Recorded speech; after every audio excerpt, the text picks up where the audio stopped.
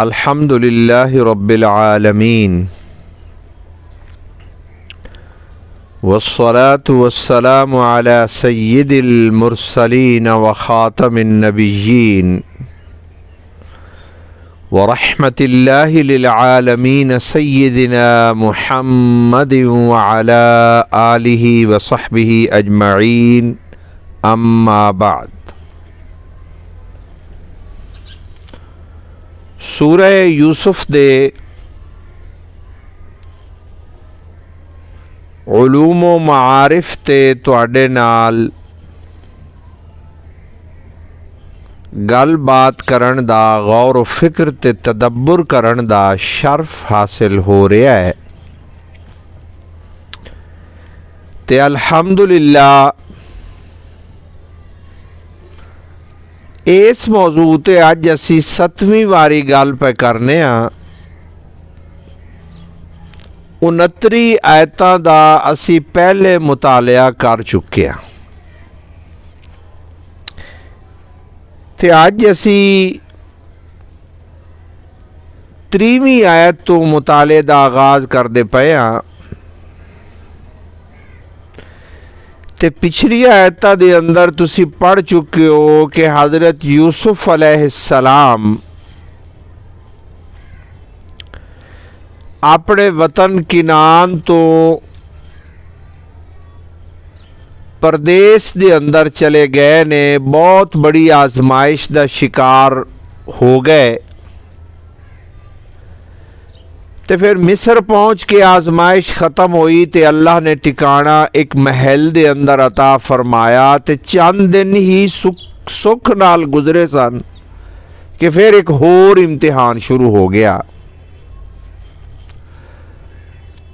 वो एक औरत ने जिसका नाम ज़ुलेखा है, उसने यूसुफ अलैहिस्सलाम नू परेशान करना शुरू कर दिता।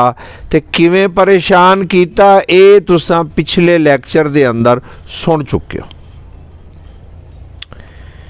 जदों ये गल महल दे अंदर ते उस उच्ची सोसाइटी दे अंदर फैल गई ते औरतां गल्लां करन लग पईयां ते की गुफ्तगू औरतां उस जमाने दियां करदियां पईयां सन, ओहदा असी हुण मुतालिया करना है। तो जदों ये आयात दा तर्जमा तुसी पढ़ोगे तुहानू पता लगेगा कि उस जाहिलियत दे पुराने दौर दे अंदर बेहयाई किन्नी फैल चुकी सी, लोग किन्ने लिबरल ते आज़ाद ख्याल सन ते औरतां कितनियां अपनी मन मर्जी करदियां पईयां सन। ये आयतां दे माने ते तुसी गौर करना है। अऊज़ु बिल्लाहि मिनश शैतानिर रजीम, बिस्मिल्लाहिर रहमानिर रहीम।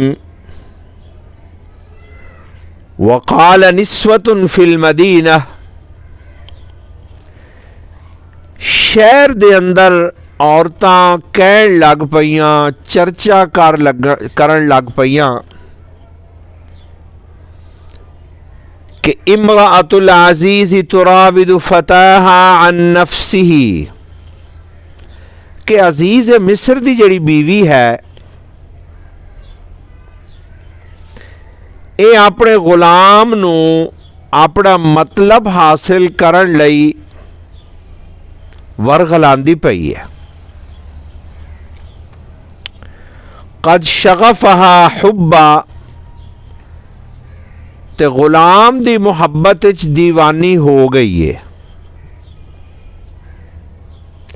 इन्ना लनराहा फी दलालिम मुबीन,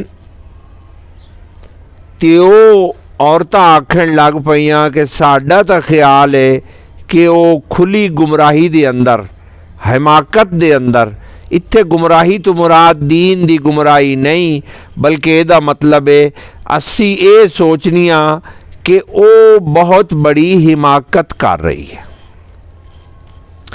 हिमाकत किस वास्ते कि है भी वो कोई गुलाम ते मिस्र दा भी नहीं, अजनबी ते परदेसी है, ते किनान तो कित्थे आया है, पता नहीं कौन है ते कौन नहीं, ते ये तो बहुत बड़ी मलका है। लिहाजा वो कहन लगियां कि साडा ख्याल है कि वो बिल्कुल पागलपन दी हद ते पहुँच गई है। फलम्मा समिअत बिमकरिहिन्न, जदों ज़ुलैखा ने उन्हां औरतां दी चालबाजियां नूं सुनिया, उन्हां दी मकरो फरेब दी गल सुनी कि की चर्चा पईयां करदियां ने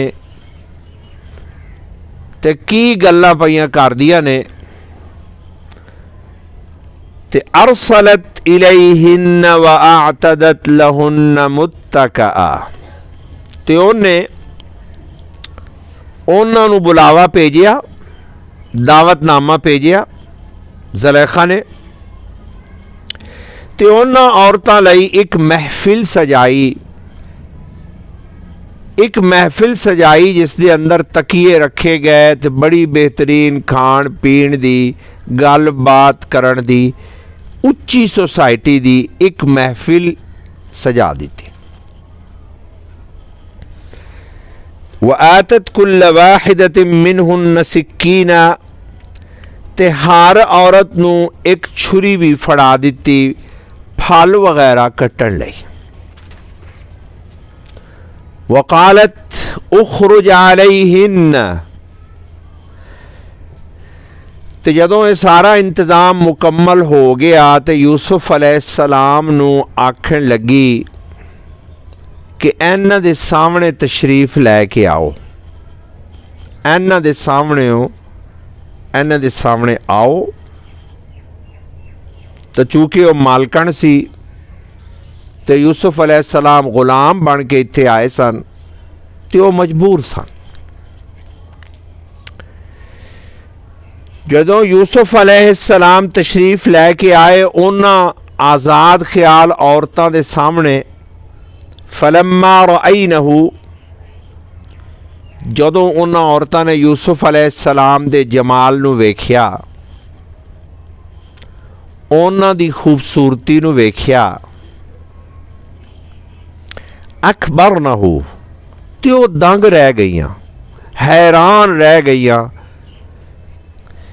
वक़त्तअन ऐदियहुन्ना,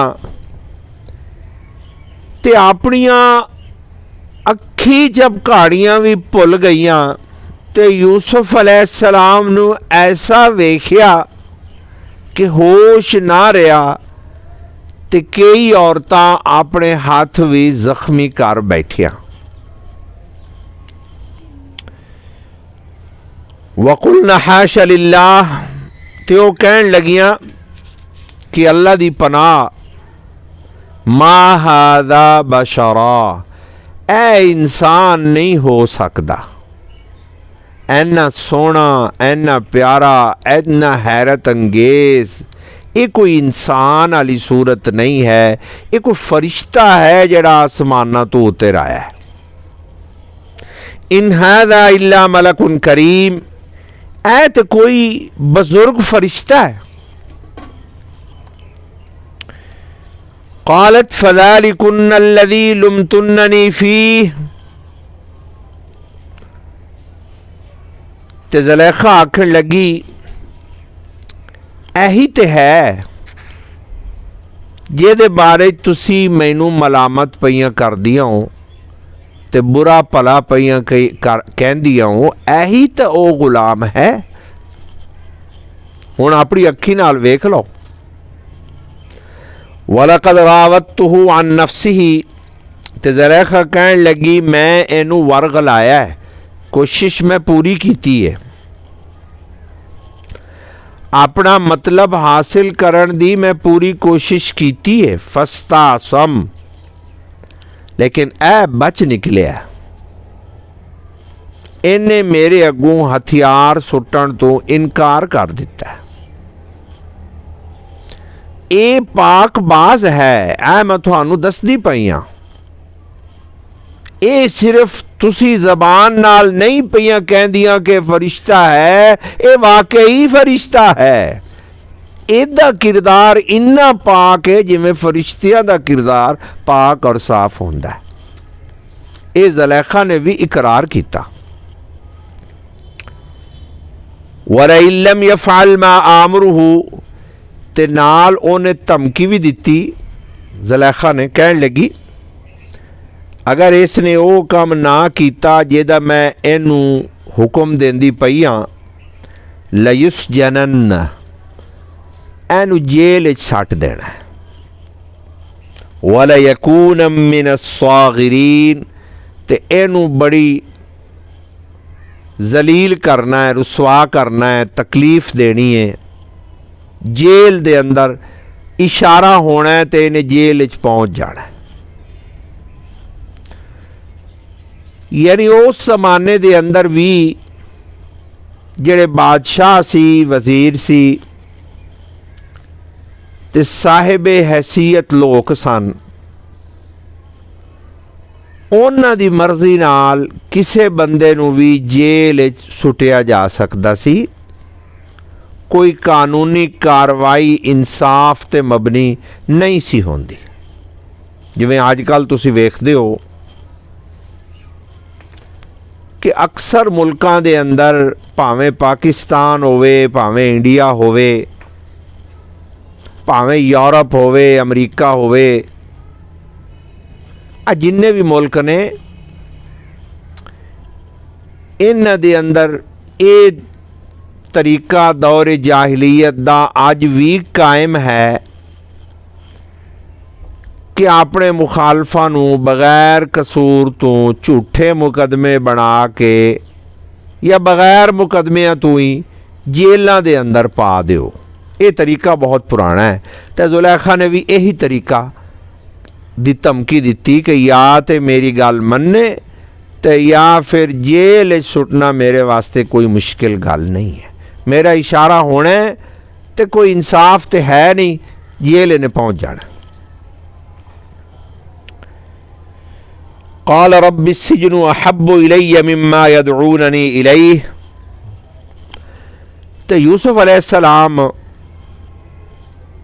हुण इस महफिल तो गुजर के जदों अपने रब नाल हम कलाम होए, नमाज पढ़ी, दुआई करदे पए ने ते अल्लाह नाल पै गल्लां करदे ने, क्योंकि सच्चे मोमिन दी यही निशानी है कि जदों भी कोई दुख आजमाइश होवे अपने सोहणे रब नूं अपना हाल सुनाना, अपने रब नाल दुख सुख करना, यह मुसलमान दी निशानी है। सच्चा मोमिन इसे तरह करता है। वो सारा अपने उत्ते वजन नहीं लेंदा, अपने रब नाल अपनियां गल्लां शेयर करता है। तो यूसुफ अलैहिस्सलाम ही अपना दुख ते ये मुसीबत जिहड़ी गल पै गई है ये रब नाल पै शेयर करते हैं।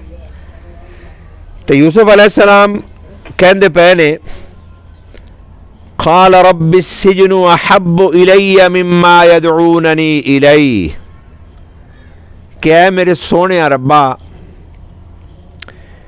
जिस काम की तरफ बेहया औरतां मैनू बुलांदियां पईयां ने, इस नालू तो जेल बेहतर है।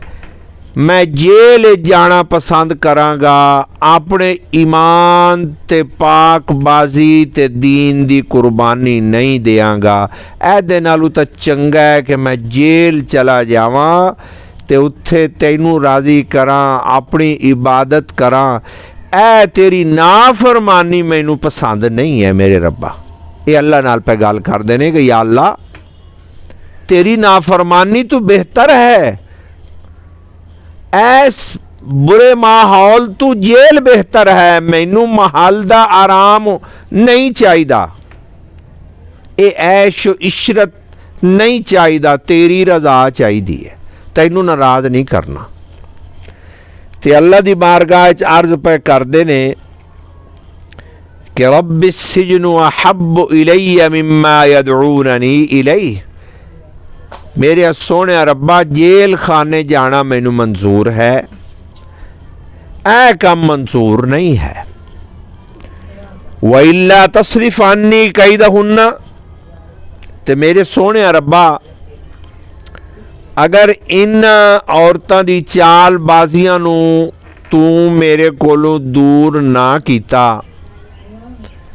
असबु इलैहिन्ना, ते मैं भी इन्हां दे दाम फरेब विच फस जावांगा। इस यानी व अकुम मिनल जाहिलीन, ते किदे ये ना होवे कि मैं भी जाहिलां दे अंदर शामिल हो जावां। नबी ते पाक हुंदे ने ते अल्लाह तबारक व तआला दा निज़ाम उन्हां दी हर वक्त हिफाजत करदा है, लेकिन अल्लाह दे प्यारियां दी एक निशानी ये हुंदी है कि वो अपनी ज़ात ते भरोसा नहीं करदे, फिर भी अल्लाह दी रहमत ते भरोसा करते। तो यूसुफ अलैहिस्सलाम ही ये जिहड़ी गल करदे पए ने,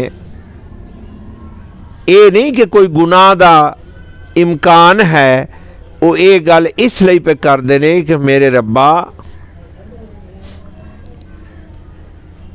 तू मैनू अपनी हिफाजत च लै ला। अगर तेरी हिफाजत ना होवे, तेरी रहमत ते मदद ना होवे, असी नहीं कामयाब हो सकते।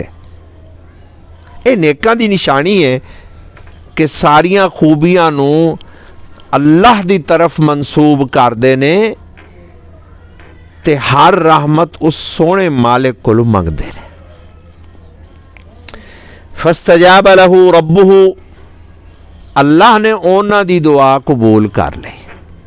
जदों यूसुफ अलैहिस्सलाम ने दुआ की कि मेरे सोहणे रब्बा गुनाह नालों जेल बेहतर है, तेरी नाफरमानी नालों मैं वो दुख बर्दाश्त कर लवांगा, तेरी नाफरमानी मैनू पसंद नहीं है। अल्लाह ने दुआ कबूल कर ली। फसरफ अन्हु कैदहुन, ते उन्हां शरीर औरतां दी चालबाजियां नू पैगंबर तो हटा दिता, उन्हां दी हिफाजत की। इन्नहु हुवा समीउल अलीम, ते बंदियों ये गल समझ लो कि रब सब कुछ सुन रहा है ते सब कुछ जानदा है। जदों तुसी दुआई करदे हो, वो तुहाडे दिल दी पुकार नू सुनदा है। अपने रब नाल गल्लां करो, अपना दुख सुख अपने करीम मालिक नू दसो, पता उन्होंने सारा है। लेकिन जदों अपनी जुबान नाल कोई सोहणे रब नाल गल करदा है ते अल्लाह ताला अपनी रज़ा नू भेजदा है, मदद नू भेजदा है। अल्लाह कहंदा है पता मैनू सारा है, लेकिन तुसी दरवाज़ा खटखटाओ, मेरी रहमत दे बूआ खड़काई रखो।